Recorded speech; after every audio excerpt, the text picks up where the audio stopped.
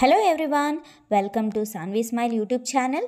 ಈ ದಿನ ನಾವು ಎರಡು ಕನ್ಫ್ಯೂಸಿಂಗ್ ವರ್ಡ್ಸ್ನ ನಾವು ಡೆಫಿನೇಷನ್ಸ್ನ ತಿಳ್ಕೊಳ್ಳೋಣ. ಯಾವುದಪ್ಪ ಕನ್ಫ್ಯೂಸಿಂಗ್ ವರ್ಡ್ಸ್ ಅಂತ ನೋಡೋದಕ್ಕಿಂತ ಮುಂಚೆ ನಮ್ಮ ಎಲ್ಲ ವಿಡಿಯೋನ ನೋಡಿ, ಲೈಕ್ ಮಾಡಿ, ಶೇರ್ ಮಾಡಿ ಮತ್ತು ಸಬ್ಸ್ಕ್ರೈಬ್ ಮಾಡಿ. ಹಾಗಾದರೆ let's get into the video. So ಇಲ್ಲಿ ಎರಡು ವರ್ಡ್ಸ್ ಯಾವುದು ಕನ್ಫ್ಯೂಸ್ ಮಾಡೋದು ನಮಗೆ ಅಂತ ಹೇಳಿದ್ರೆ ಟಾಕ್ ಮತ್ತು ಸ್ಪೀಕ್. ಟಾಕ್ ಮತ್ತು ಸ್ಪೀಕ್ ನಾವು ಡೈಲಿ ಯೂಸ್ ಮಾಡ್ತಾ ಇರ್ತೀವಿ. I talk, we talk, you talk, we speak, I speak. So ಈ ಥರದ ವರ್ಡ್ಸ್ನ ನಾವು ಯಾವಾಗಲೂ ಯೂಸ್ ಮಾಡ್ತಾ ಇರ್ತೀವಿ. ಹಾಗಾದರೆ ಟಾಕ್ ಮತ್ತು ಸ್ಪೀಕ್ ಮಧ್ಯೆ ಇರುವಂಥ ಥಿನ್ ಲೇಯರ್ ಆಫ್ ಡಿಫ್ರೆನ್ಸ್ ಅಥವಾ ಸ್ಲೈಟ್ ಡಿಫ್ರೆನ್ಸ್ ಬಗ್ಗೆ ತಿಳ್ಕೊಳ್ಳೋಣ.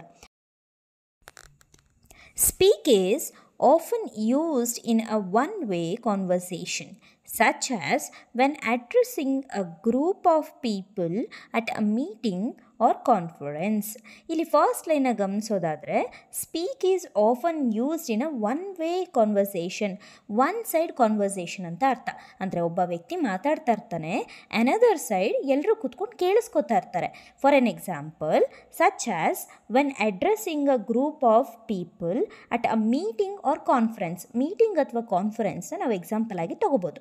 ಮೀಟಿಂಗ್ಸಲ್ಲಿ ಒಬ್ಬ ವ್ಯಕ್ತಿ ನಿಂತ್ಕೊಂಡು ಒಂದು ಸಬ್ಜೆಕ್ಟ್ ಅಥವಾ ಮ್ಯಾಟರ್ ಬಗ್ಗೆ ಏನು ಮಾಡ್ತಾ ಇರ್ತಾರೆ, ಎಕ್ಸ್ಪ್ಲೈನ್ ಮಾಡ್ತಾ ಇರ್ತಾರೆ. ಇನ್ನು ಉಳಿದವರೆಲ್ಲ ಏನು ಮಾಡ್ತಾ ಇರ್ತಾರೆ, ಅಲ್ಲಿ ಕೂತ್ಕೊಂಡು ಕೇಳಿಸ್ಕೊತಾ ಇರ್ತಾರೆ. ಸ್ಪೀಕ್ ಅನ್ನೋದಕ್ಕೆ ಡಿಫ್ರೆನ್ಸು ಒನ್ ವೇ ಕಾನ್ವರ್ಸೇಷನ್, ಒಬ್ಬ ವ್ಯಕ್ತಿ ಮಾತಾಡ್ತಾ ಇರ್ತಾನೆ ಮತ್ತು ಉಳಿದವರೆಲ್ಲ ಅದನ್ನು ಕೇಳಿಸ್ಕೊಳ್ತಾ ಇರ್ತಾರೆ. ಹಾಗಾದರೆ ಈಗ ಟಾಕ್ ಅಂದರೆ ಏನು ಅಂತ ನೋಡೋಣ ಬನ್ನಿ.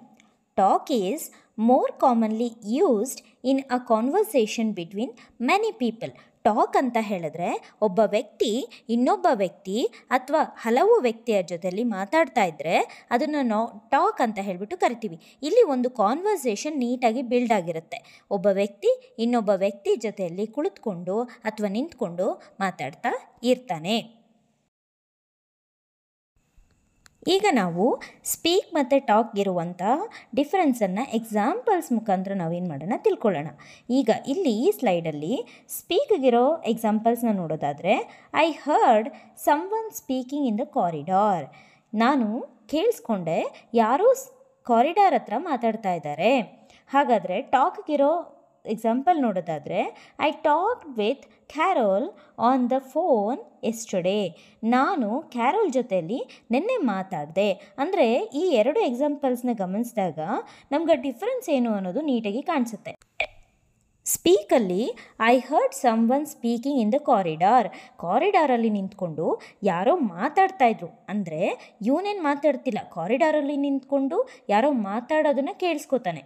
ಹಾಗೆ ಟಾಕ್ಗೆ ಬಂದಾಗ I talked with Carroll on the phone yesterday.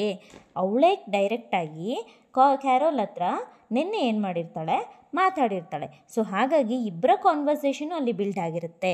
ಸ್ಪೀಕಲ್ಲಿ ಬಂದರೆ ಓನ್ಲಿ ಫಸ್ಟ್ ಪರ್ಸನ್ ಸ್ಪೀಕಿಂಗ್ ಇರುತ್ತೆ.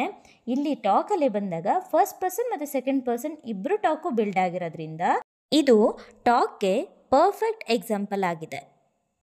ಇಲ್ಲಿ ಎರಡನೇ ಎಕ್ಸಾಂಪಲ್ನ ನಾವು ಗಮನಿಸಿದ್ದೇ ಆದರೆ, ಪ್ಲೀಸ್ ಸ್ಪೀಕ್ ಲೌಡರ್ ಅಂದರೆ ಜೋರಾಗಿ ಮಾತಾಡಿ ಅಂತ ಒಬ್ಬ ವ್ಯಕ್ತಿ ಕೇಳ್ಕೊತಾ ಇದ್ದಾನೆ. ಹಾಗೆ ಟಾಕ್ನ ಎಕ್ಸಾಂಪಲ್ನ ನೋಡೋದಾದರೆ, ವಿ ಟಾಕ್ಡ್ ಅಬೌಟ್ ಬುಕ್ಸ್. ನಾವು ಬುಕ್ಸ್ ಬಗ್ಗೆ ಡಿಸ್ಕಸ್ ಮಾಡಿದ್ವಿ ಅಂತ ಇಲ್ಲಿ ಹೇಳುತ್ತೆ. ಅಂದರೆ ಇಲ್ಲಿ ಇಬ್ಬರು ವ್ಯಕ್ತಿಗಳು ಬುಕ್ಸ್ ಬಗ್ಗೆ ಡಿಸ್ಕಸ್ ಮಾಡ್ತಾ ಇದ್ದಾರೆ ಅಂತ ಅರ್ಥ. ಹಾಗೆ ಮೂರನೇ ಎಕ್ಸಾಂಪಲ್ಗೆ ಬಂದಾಗ, I would like to speak to the doctor. ನಾನು ಡಾಕ್ಟರ್ ಹತ್ರ ಮಾತಾಡಬೇಕು ಅಂತ ಅಂದ್ಕೊಳ್ತಾ ಇದ್ದೀನಿ.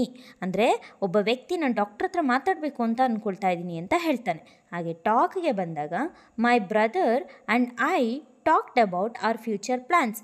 ನಾನು ಮತ್ತು ನನ್ನ ಬ್ರದರ್ ನಮ್ಮ ಫ್ಯೂಚರ್ ಪ್ಲ್ಯಾನ್ಸ್ ಬಗ್ಗೆ ಮಾತಾಡಿದ್ವಿ ಅಂತ ಇದು ಹೇಳುತ್ತೆ. ಅಂದರೆ ಬ್ರದರ್ ಮತ್ತು ನಾನು ಫ್ಯೂಚರ್ ಪ್ಲ್ಯಾನ್ಸ್ ಬಗ್ಗೆ ಡಿಸ್ಕಸ್ ಮಾಡಿದ್ವಿ ಅಂತ ಅರ್ಥ. ನಾಲ್ಕನೇ ಎಕ್ಸಾಂಪಲ್ನ ನೋಡೋದಾದರೆ, henry speaks English and French. Henry English ಮತ್ತು ಫ್ರೆಂಚನ್ನು ಮಾತಾಡ್ತಾನೆ ಅಂತ ಹೇಳಲಾಗಿದೆ. ಅಂದರೆ ಹೆನ್ರಿ ಎರಡೂ ಭಾಷೆಯನ್ನು ತುಂಬ ಚೆನ್ನಾಗಿ ಮಾತಾಡ್ತಾನೆ ಅಷ್ಟೇ. ಟಾಕ್ಗೆ ಎಕ್ಸಾಂಪಲ್ ನೋಡೋದಾದರೆ, my friends and I talk for long hours daily. ನಾನು ಮತ್ತು ನನ್ನ ಫ್ರೆಂಡ್ಸು ಲಾಂಗ್ ಅವರ್ಸ್ ಮಾತಾಡ್ತೀವಿ, ಅಂದರೆ ತುಂಬ ಹೊತ್ತು ಮಾತಾಡ್ತೀವಿ ಅಂತ ಅರ್ಥ. ಇಲ್ಲಿ ಡಿಸ್ಕಷನ್ನ ಅದು ಏನು ಮಾಡ್ತಾ ಇದೆ, ಹೇಳ್ತಾ ಇದೆ.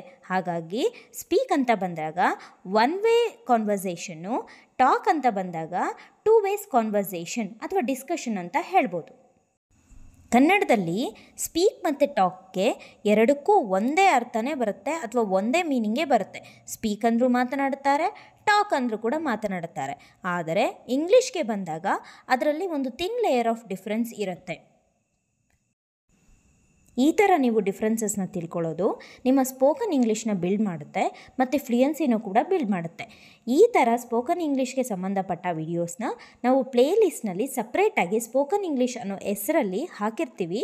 ದಯವಿಟ್ಟು ಅದನ್ನು ಕೂಡ ಏನು ಮಾಡಿ, ವಾಚ್ ಮಾಡಿ, ಲೈಕ್ ಮಾಡಿ, ಶೇರ್ ಮಾಡಿ ಮತ್ತು ಸಬ್ಸ್ಕ್ರೈಬ್ ಮಾಡಿ. Thank you everyone.